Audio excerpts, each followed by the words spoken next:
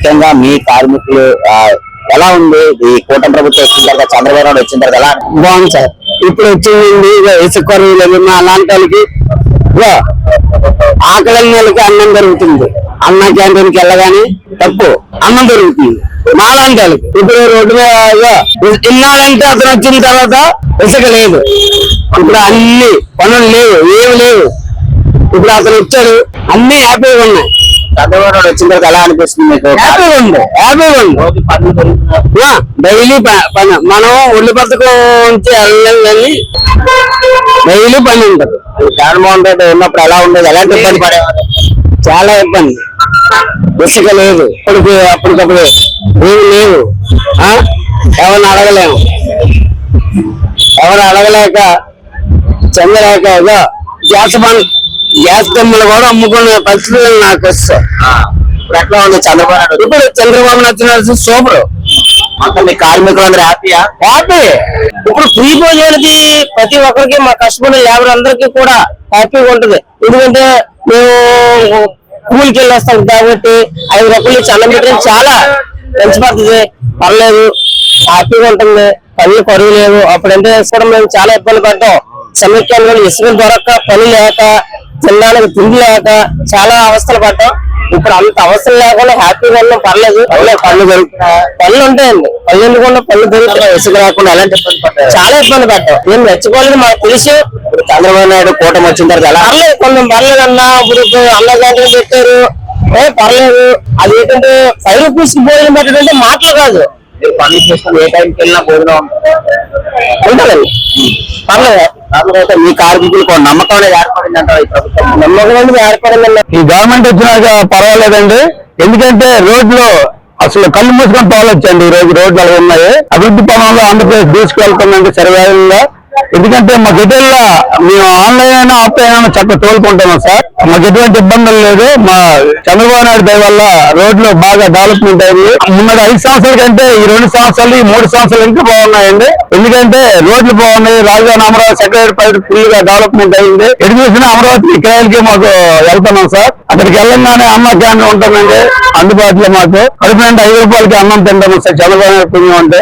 అటు నుంచి మళ్ళీ రిటర్న్ లో కూడా ఎవరో ఒకరు రైల్వే స్టేషన్ కైనా, బస్ స్టాండ్ కైనా, విమానాశ్రయానికైనా కేవలం పడుతున్నాయి సార్. మాకు ఎటువంటి ఇబ్బంది లేదు. ఇలాంటి ముఖ్యమంత్రి మళ్ళీ మాకు రావాలి, ఉండాలనుకుంటాము సార్. ఒకటండి, లంచ్ వేదిక అనేది చాలా తగ్గిపోయిందండి. అసలు లంచ్ వేదిక అనేది ఎక్కడ కనపట్ల. ఇటువరకు అంటే ప్రతి దానికి లంచ్ రికమెండేషన్ అవసరం అయ్యింది.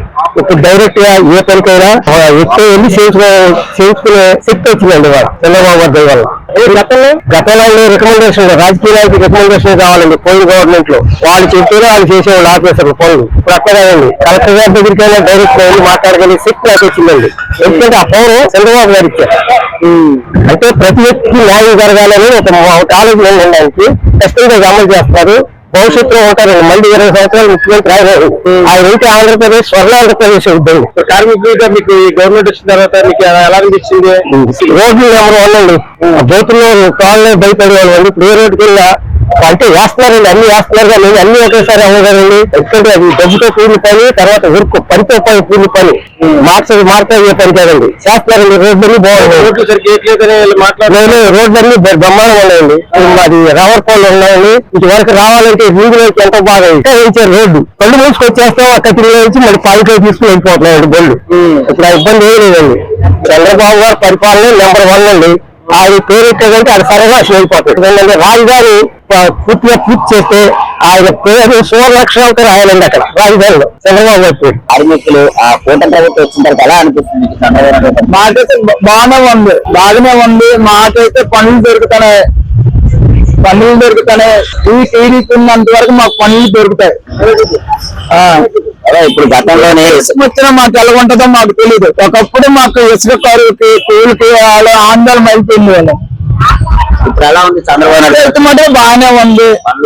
అన్ని దొరుకుతున్నాయి. మేస్త్రులకైనా, లేబర్లకైనా, అందరికైనా సరే బ్రహ్మాండంగా ఉంది. మాకు జగన్ ఉన్న టైంలోనా కూడా మాకు అనుకున్న కూలి వచ్చింది కాదు. ఆ లేకుందంటే పనికి వెళ్ళేటప్పుడు ఇసుక లేదని, ఎక్కలేదని అనేవాళ్ళు.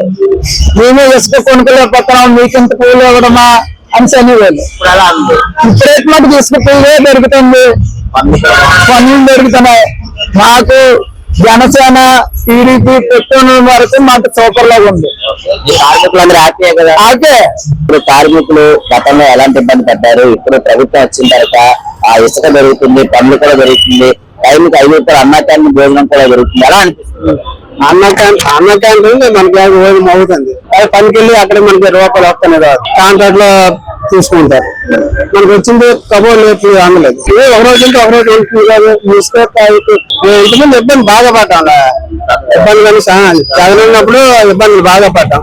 ఇప్పుడు ఇప్పుడు పర్లేదు, అన్నింటిలో అందుబాటులో ఉన్నాయి. అప్పుడు రేషన్ కార్డు లేకపోతే కొందరు లేదు, ఇప్పుడు వస్తాయి, అన్ని వస్తున్నాయి. ఇప్పుడు అన్ని బాగుంది, మనకి ఎవరికి అంతా బాగుంది.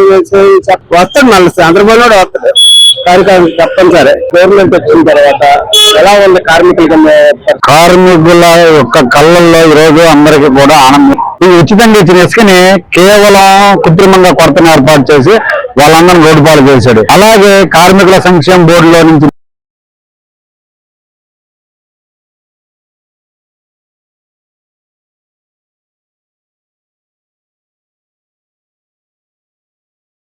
సార్ మీరు ఏం చేస్తూ ఉంటారు?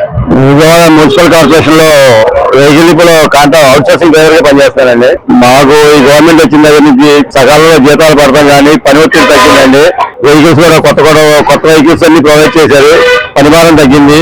మెయిన్ మా ఒంటి చాకిరి తగ్గి మిషన్ యంత్రాలతో సులభంగా పనిచేయగలుగుతున్నామండి. గతంలో ఎలా ఉంది? గతంలో చిన్న సమస్యలు అండి. వీక్లీ అప్పుడు ఉండేవి కాదు మాకు. రఘునాయుడు గారి విజనరీతో శానిటేషన్ కి ఎప్పుడైనా పెద్దపేట వేస్తారని కమిటీ ఆంధ్ర రాష్ట్ర ప్రజలందరికీ వెళ్తుంది. అదేవిధంగా మా విజయవాడ మున్సిపల్ కార్పొరేషన్ లో కూడా చంద్రబాబు నాయుడు గారి ప్రభుత్వం వచ్చిన కొత్త వాహనాలు ఇవి తీసుకొచ్చి వర్కర్ల భారం తగ్గించి పని ఒత్తిడి తగ్గించి తేలిగ్గా ఎక్కువ పని ఎలా జరగాలి అనేది ఈ ప్రభుత్వంలో జరిగినట్టుగా ఇంకెప్పుడు జరగదండి. అది మేము దాదాపు 15-18 ఏళ్ళ నుంచి ఈ వీళ్ళలోనే ఉన్నాము. ఇదే పని మాకు ఈ ప్రభుత్వం ఉన్నప్పుడు పని భారం తగ్గుద్ది. అది సంతోషం అండి మాకు.